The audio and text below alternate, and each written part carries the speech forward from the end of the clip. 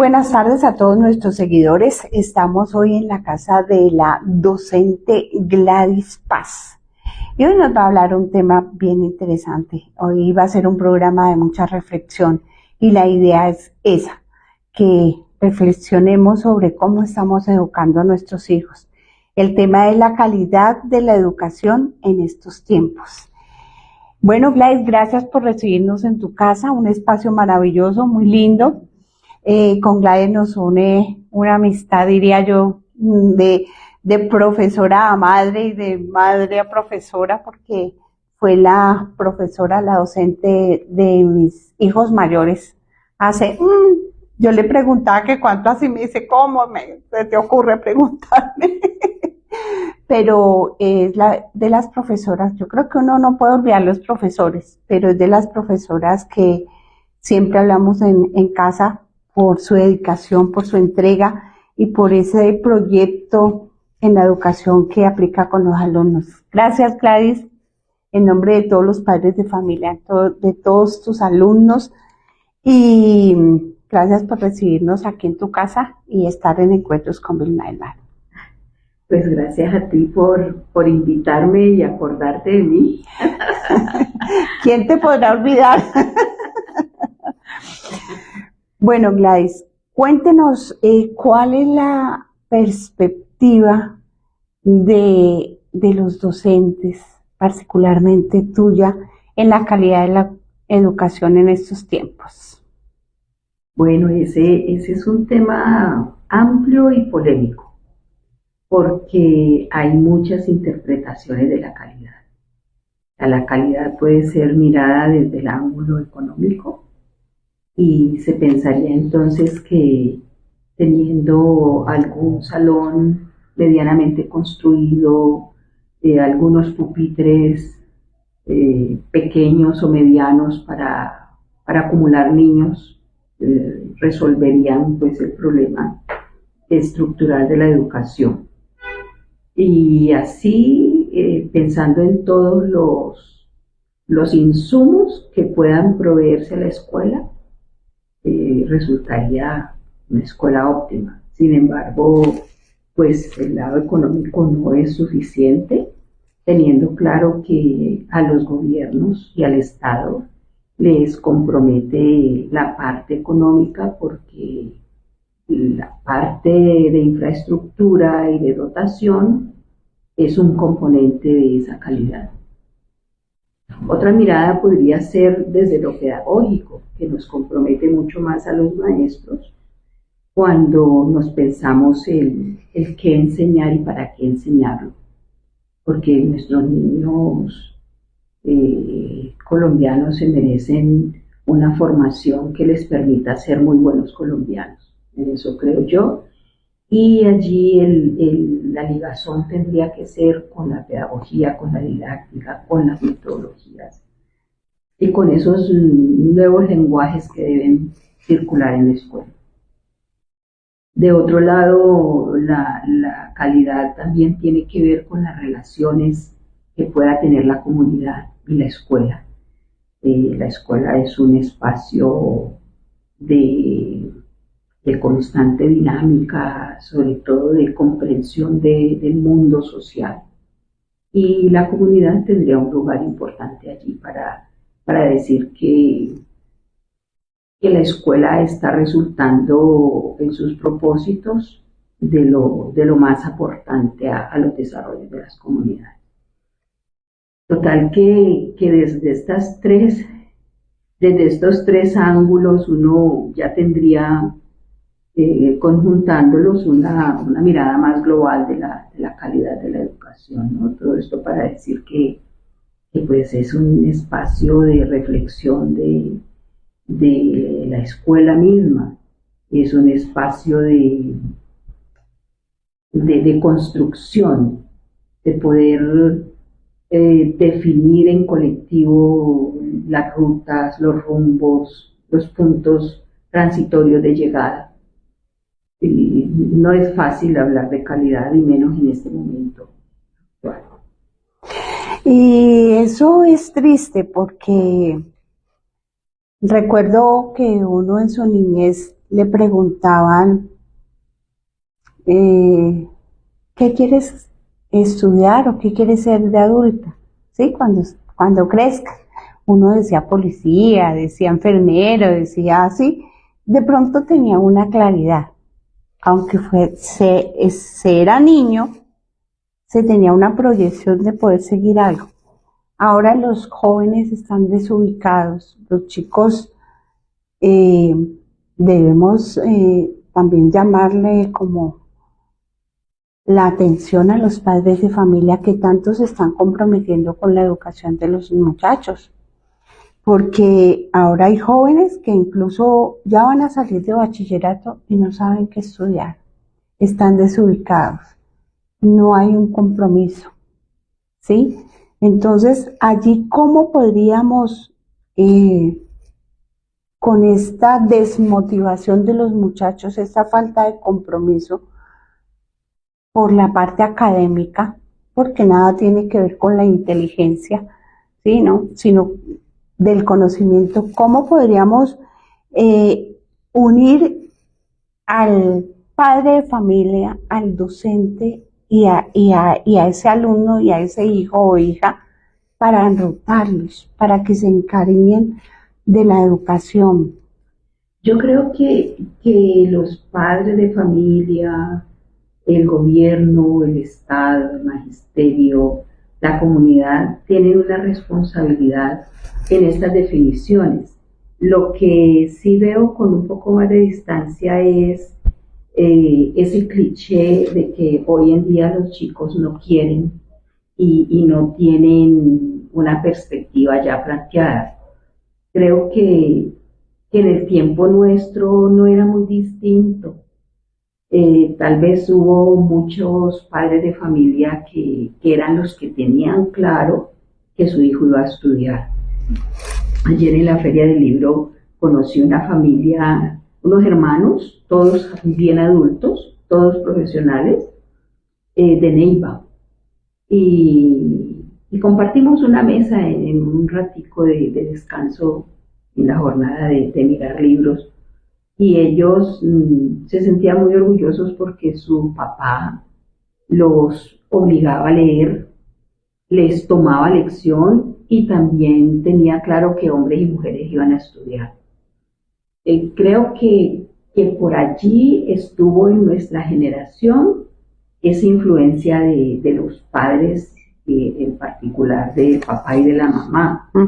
O si eran juntos, pues los dos, si no, la mamá o el papá, pero ejerciendo ese acompañamiento para que los hijos al fin y al cabo tuvieran algo que estudiar como profesionales.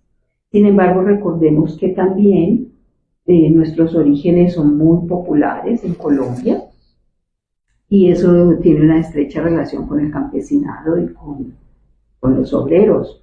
Y se heredaba la profesión. Sí. Sí, o sea, allí también hay tela para cortar porque no podemos tener esa mirada maniquea de lo bueno y lo malo, de lo blanco y lo negro, de lo la dualidad suficiente y poquito, sino que va teniendo una composición que enriquece esa mirada y esa discusión. Sí es cierto que los chicos ahora tienen otro tipo de influencias. Toda la era del Internet ha revolucionado el campo de la escuela, al punto que a los maestros nos ha tocado pensar cómo vincular esos nuevos desarrollos tecnológicos al hacer diario del aula. Entonces ahora usamos el video BIM para mostrar material didáctico, o los ponemos a jugar en línea, o los ponemos a explorar el cuerpo humano en interacción, los ponemos en posibilidad de proyectar la dinámica de un órgano del cuerpo humano. O sea, son miles y miles y miles de herramientas, porque cada día hay un ingeniero de sistemas creando nuevas alternativas en ese campo. Por lo tanto, eso no se puede despreciar. Lo que nosotros necesitaríamos entender es cómo son esos lenguajes de la tecnología y cómo posibilitarle al niño ciertos equilibrios en su relación con ella. Ya las mamás se quejan mucho de que ellos están todo el día pegados, ¿sí? Pero la mamá no tiene herramientas para controlar, para proponer, ya cómo definir tu tiempo. El día tiene 24 horas, cuántas dedicamos a cada cosa, a cada... Ya criar no es fácil hoy en día, pero yo no diría que estamos en el abismo total, porque recuerdo mucho a los niños y a los jóvenes reclamando la escuela, peleando por la escuela, por la universidad. ¿Sí? Recientemente vivimos el año pasado una muestra de lo más importante y de lo más cruel, un reclamo que nos costó como sociedad, nos costó enorme. Y eso ya es un indicador de que los chicos sí quieren estudiar. Lo que pasa es que mirados los casos individualmente, ya uno cuestiona a la familia, cuestiona al niño. Entonces uno tiene niños que llegan a la escuela y quieren dormir o se duermen. Tiene niños que quieren solo dibujar y dibujan todo el día. Entonces ya en términos individuales toca empezar esa búsqueda. Pero nuevamente volvemos al tema de la calidad. O sea, un maestro que logre sintonizar ese tipo de estadios, digámoslo, en el desarrollo de un aula, pues tendrá mejores influencias sobre los chicos. En este momento, hablando de la calidad de vida, de educación, perdón, ¿qué sugerencias como educadora, que estuviste en la época donde era con tiza, el tablero y la tiza, y ahora donde tú dices que hay que mirar cómo se implementa la tecnología, ¿sí?, en la educación? En ese término de esas dos grandes diferencias, pero todas muy importantes las dos, ¿cuál papel juega el padre de familia? Y tú decías la comunidad, el gobierno, el Estado. No es solamente por la parte financiera, sino por toda la estructura para que si el gobierno apoya la educación, ¿cierto?, se van a capacitar mejor los alumnos, los profesionales, para poder dar una mejor calidad de vida, de educación. Yo creo que mucho de esto tiene que ver con el compromiso político de los maestros. Los maestros se forman en las normales y hay una fuerte inclinación para conocer un poquito de pedagogía, no mucho, y sobre todo el campo de la didáctica, que afortunadamente ahora estamos hablando en esos términos de la didáctica y no de la metodología. De las didácticas se desprenden las metodologías, pero en la época que yo fui normalista nos enseñaban un método y era suficiente para que planeáramos las clases y las dictáramos como maestras aprendices. Pero hoy en día la didáctica ha posibilitado que se piense más cada área y sobre cada área del conocimiento, y sobre todo que se encuentren las maneras de interrelacionar esas áreas, de no repetir esa escuela tradicional en donde el maestro dictaba temas, aunque los chicos no entendieran, pero hacían un examen y finalmente decían haber cumplido con la enseñanza. En esa parte yo creo que hay un compromiso grande y los maestros han empezado a caminar un poco de la mano de las didácticas que les permiten comprender la composición de cada área del conocimiento y les permiten un poco entender cómo sería la puesta en escena para que los niños no conozcan información, sino que desarrollen su pensamiento. Si uno se compromete con ese campo, diría que uno está aportando a la calidad de la educación, porque lo que necesitamos son niños que puedan crear sus propios pensamientos, que puedan cuestionar los pensamientos suyos y de otros, que puedan proponer. Y eso solo se logra si hay un compromiso de los maestros en ese sentido. Si de una vez se acaba esto de que el profesor va al aula a repetir lo que un libro de texto está diciendo, o escasamente una noticia o sin trabajar muy a fondo. Creo que desde allí, en el hacer en el aula, se concreta esto de la calidad de la educación. Pero por supuesto, volviendo a la primera pregunta, toda esa parte financiera tiene que ver también. O sea, las escuelas en este momento son carentes de todo, de todo. Tenemos escuelas con unas plantas físicas abandonadas, agotadas, que ya se caen de viejas. Hay muy poco mantenimiento y sostenimiento.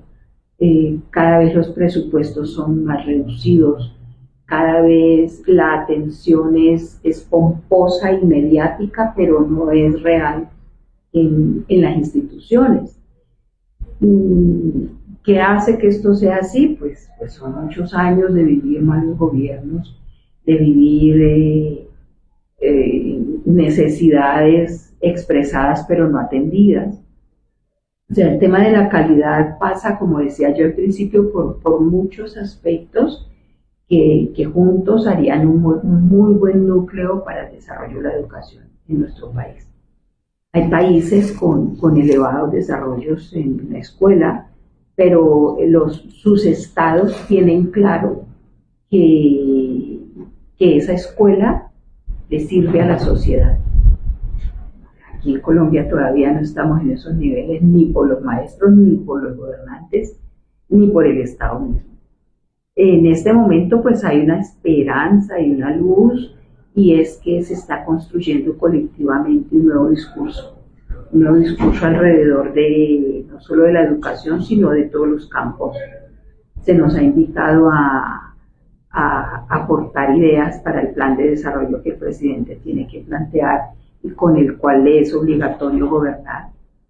Y cada uno de nosotros tiene posibilidad abierta de ir y de plantear cosas para mejorar esto. O sea, que ese camino de la calidad lo hemos discutido, lo hemos debatido en congresos, en asambleas, en muchos espacios que los docentes nos hemos ganado, mucho por el trabajo sindical que hacemos, que hemos hecho en toda la vida, y también por el interés que tenemos pues, de nosotros mismos desarrollarnos, pero yo creo que estamos en un buen momento y es esperanzador.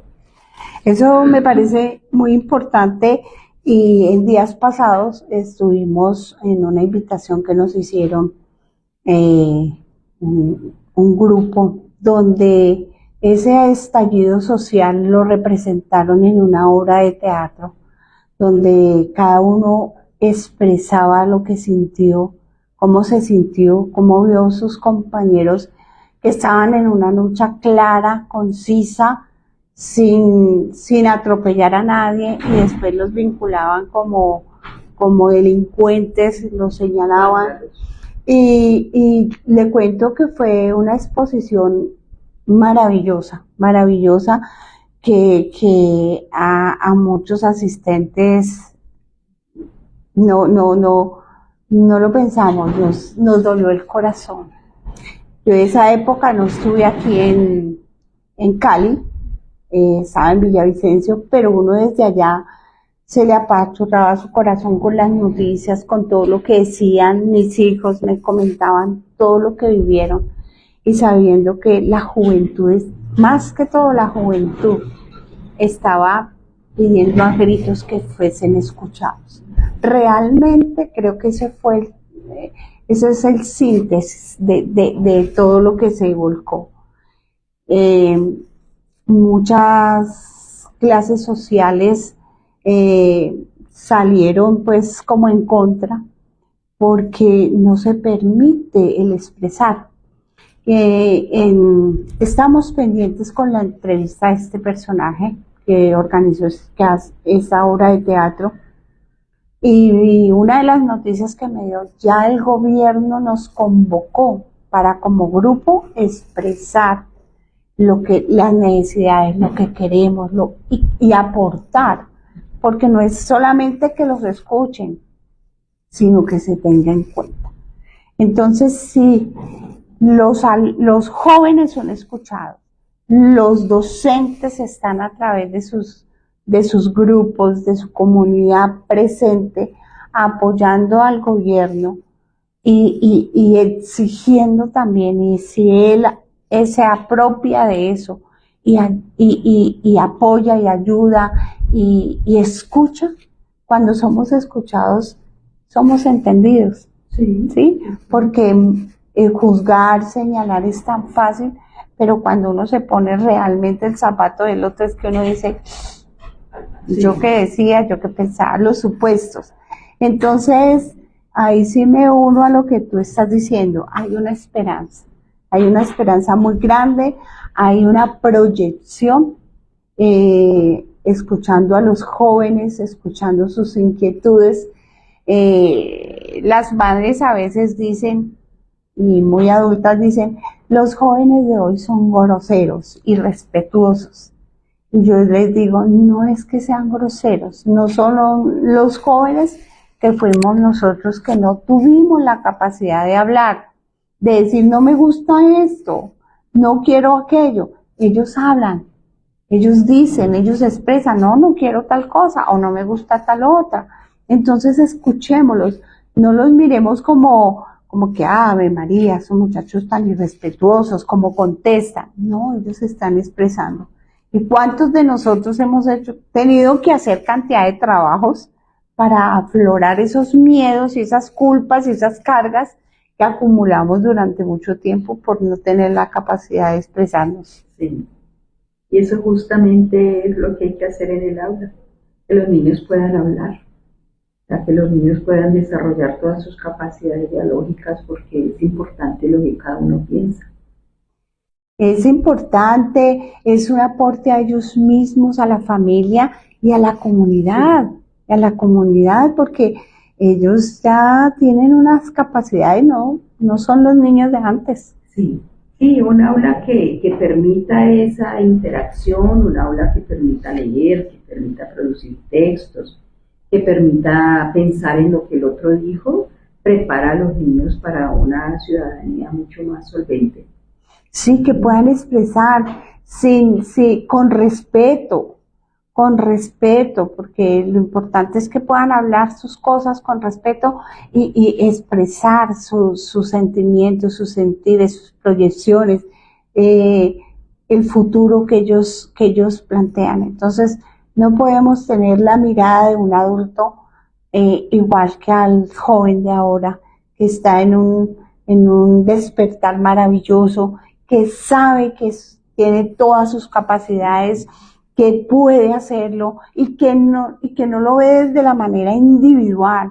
Yo quiero salir adelante, yo quiero esto, no, sino busca a sus compañeros, busca a la juventud para unirse, y eso se está dando ahora. Necesitamos unir fuerzas desde diferentes focos para apoyarnos, para poder salir adelante.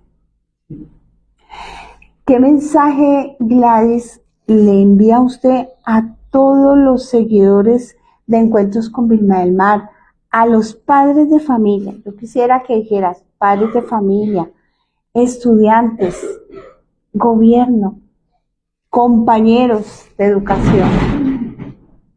Tantas cosas que uno quisiera, pero a los padres de familia sería como que se comprometan un poco con esos procesos de sus hijos, para que ellos sepan explorar realmente para dónde van. Ya ese sería el acompañamiento mayor que harían los papás. Es evidente que hoy en día las madres de familia tienen que ir a trabajar y eso también ha sido un punto clave para que se piense que los chicos están desmotivados. Lo que pasa es que a nosotros sí nos tocó mamá en casa, muy pendiente, muy constante, muy en relación con la escuela. A estos chicos de ahora les tocaron sus dos papás, si los tienen, trabajando ambos. Entonces sería como encontrar las maneras de hacer esos acompañamientos escolares, que no necesariamente es sentarse a hacer tareas con los chicos. Hay chicos que no necesitan que sus papás se sienten a hacer tareas con ellos, pero sí que les dejen ver que esa escuela, ese colegio, son un compromiso para su vida. Por lo tanto, pues les toca asumir unas responsabilidades como niños y que tengan la seguridad de que ellos están allí al frente. De pronto es un lenguaje que estoy hablando y no es muy comprensible, pero es necesario que las mamás, que los papás comprendan que no se trata de decidir o el trabajo de los niños, se trata es de ir comprendiendo los tiempos y los espacios con los niños y el tipo de intervención que se haga con ellos. Si les toca sentarse a acompañar tareas, pues que sepan que los niños sepan que todos los días está ese espacio. Si es solo en términos de supervisión, de compinchería, de camaradería, pues también que lo tengan claro. Yo no pienso que haya que obligar a los papás a sentarse una hora con sus niños a ver si hizo o no hizo tarea. Yo pienso que esos espacios tienen que ser de mayor calidad. Y es en términos de la comunicación, ¿no? De ir sabiendo qué quieren los niños, de ir entendiendo cómo lo van a lograr y de tenderles puentes. El papel de los papás es clave, sobre todo entendiendo el momento histórico que estamos viviendo. Y entre los maestros, pues ahí sí me tendrán que decir que no soy yo la persona que haga este llamado, pero son muchos años de compartir en la docencia, tanto en formación como en interlocución, y creo que los maestros sí tienen que estar más comprometidos con esos nuevos desarrollos en el aula, que ya está bien de creer que son la única autoridad en el aula, porque la voz de los niños también es importante y el saber de los niños y jóvenes, ¿no? También es muy importante. Hay una tendencia grande a creer que porque somos maestros somos los únicos que sabemos en el aula, y eso no es cierto. Los estudiantes también nos enseñan o también nos comparten, por eso hablaba del aula dialógica, una aula donde pueda haber una interacción real entre pares y entre no pares y su maestro, o los adultos que estén allí gravitando alrededor de la cosa didáctica. Y al gobierno, pues, todo el empeño absoluto para cambiar esto. Necesitamos que la moral de los colombianos cambie, que la ética de los colombianos cambie, porque pues ya son demasiados ejemplos que no queremos repetir y que no queremos vivir más. Cada día se descubre un nuevo entuerto, un nuevo complot, tantas historias trágicas que hemos vivido, las masacres, las desapariciones. Entonces este gobierno que realmente nos convenció, tiene que hacer el empeño por avanzar bastante en estos 4 años. Pues claro que sí, porque los cambios son de todas las direcciones, cada uno colocando un granito de arena para ello. ¿Y ahora en qué proyecto estás trabajando, Gladys?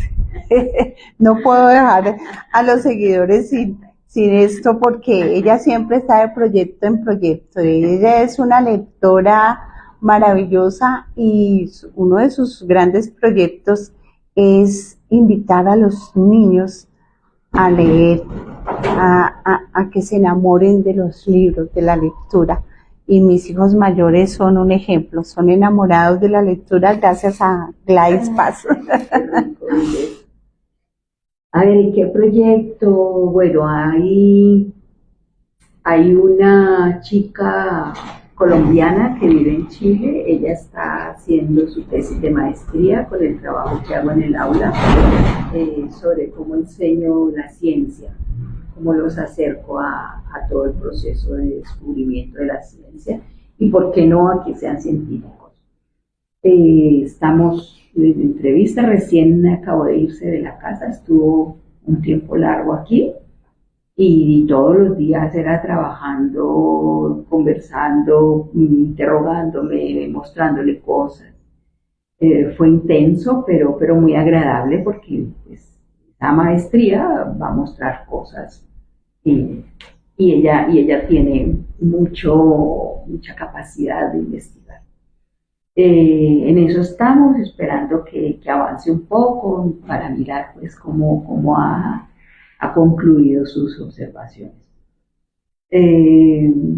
Hay un par de científicos colombianos de orden mundial que contactaron conmigo e iniciamos un trabajo muy importante. Ellos estuvieron aquí el mes pasado en Cali, vinieron aquí a Colombia para ese trabajo, donde también estamos intentando proyectar algo que nos permita mostrarle ese camino vocacional a los niños desde ya, y no esperar a que lleguen a 11 o que ya tengan las fechas de la universidad y no sepan a qué se van a matricular. Entonces, desde ya, mirar cómo los enganchamos con la ciencia, que ha sido uno de los fuertes míos, porque yo hice un estudio en bioquímica, no me gradué, pero sí avancé un poco.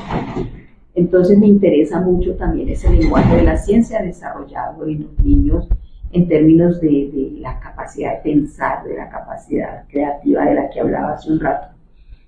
Eso es como lo que me tiene más emocionada en estos últimos días, porque necesitamos que eso se concrete, no solo para los niños que estudian conmigo, sino para los niños de Cali. Este par de científicos son ya personalidades que van de país en país mostrando sus avances, y el uno trabaja con el cerebro, es neurocientífico, y el otro trabaja con el cambio climático. El uno vive en Australia, el otro vive en Brasil. Y pues son hombres ya de otras esferas, pero logramos hacer ya un clic con los niños y los niños quedaron maravillados. Fue una oportunidad para ellos y un privilegio que queremos que deje ese privilegio. Entonces ahí lo que está en ciernes es un proyecto que le dé estabilidad a esas conexiones con los niños de la escuela pública. Bueno, pues genial. Y bueno, y lo que nunca he dejado en la vida, y es contagiarlos de lectura. Todos los días en el aula se lee. Hay un momento, una primera hora, todos los días, es invariable. Además, los niños no permiten que se acabe ese espacio, reclaman ese espacio. Entonces yo soy la mediadora. Yo hago una especie de canon, pues no es mucho el canon en términos académicos, pero sí en lo que en toda mi experiencia yo he sentido que acerca a los niños a la lectura. Claro. Unas historias y unos autores de mucha calidad, de textos muy bien elaborados y muy profundos, y hacemos es como nuestro ritual, llegar, incluso ni nos saludamos antes de las 7, pero en punto de las 7 que empieza la jornada escolar estamos leyendo. Y es un momento de mucha comunicación. Si se aburren con el capítulo lo expresan, si quieren más entonces dicen no, avancemos hoy otro capítulo. Es un espacio que es innegociable, ya toca mantenerlo. Es una creación mía. Trato de hacer una muy buena mediación y que se me note porque es que a mí me gusta mucho leer. En eso Vilma no se equivoca. Y lo otro es que en la semana hay otro espacio en donde ponemos unos tapetes, unos cojines, y hay una muy buena selección de libros y ya cada uno lee lo que quiere leer. Eso es invariable en mi aula, tiene que haber ese espacio porque de la lectura depende mucho de cada una de las competencias de los niños, no solo la competencia lingüística, sino también el cómo el pensamiento empieza a transformar y a transformarse. Entonces, bueno, eso y la pedagogía por proyectos, que es lo que realmente más investigo cuando hago mi trabajo diario en el aula, o sea, programar los proyectos a través de los cuales los niños van a desarrollar sus capacidades, no más. No más, casi nada. Bueno, Gladys, pues sobra decirte que está Encuentros con Vilma del Mar a tu disposición para cuando vayas teniendo noticias de esos proyectos que tienes con la chica de Chile, con los dos científicos, para socializar esto que me parece indispensable, me parece prudente y desde luego hay que hacerlo. Sí, porque tú dijiste muy claro, no solamente para los chicos de tu entorno, de tu escuela, sino también de todos, de todo Cali. Yo me imagino que nuestros seguidores estarán diciendo en qué escuela enseña Gladys. ¿Tú puedes decir o no? Sí. Bueno, yo estoy en una de las escuelas de Siloé, feliz, llevo 19 años, un montón de tiempo allá, feliz. Es un espacio donde uno puede ver realmente los cambios. Cuando uno propone una escuela enriquecida, cuando uno propone un aula con una dinámica constante, desde las 7 los niños tienen un quehacer y les gusta mucho ir a la escuela. Es una escuela muy bella de una de las instituciones de Siloé. Bueno, de todas maneras ya saben ustedes, amables oyentes, ayudarle a sus hijos, invitarlos a leer. El hijo de mi hijo, o sea, mi nieto mayor, tú le regalas un carro y él no le presta atención, regálele un libro. Entonces siempre se le regalan sus libros. Entonces esa es la idea, que podamos enseñar y guiar a los chicos a que lean. Es muy importante. Gladys, ha sido un placer tenerte en Encuentros con Vilma del Mar. A todos ustedes los esperamos nuevamente en otro encuentro. Y no olviden llevar siempre presente el crear, creer y crecer. Gracias, Gladys. A ustedes, gracias Vilma, por tenerme en cuenta.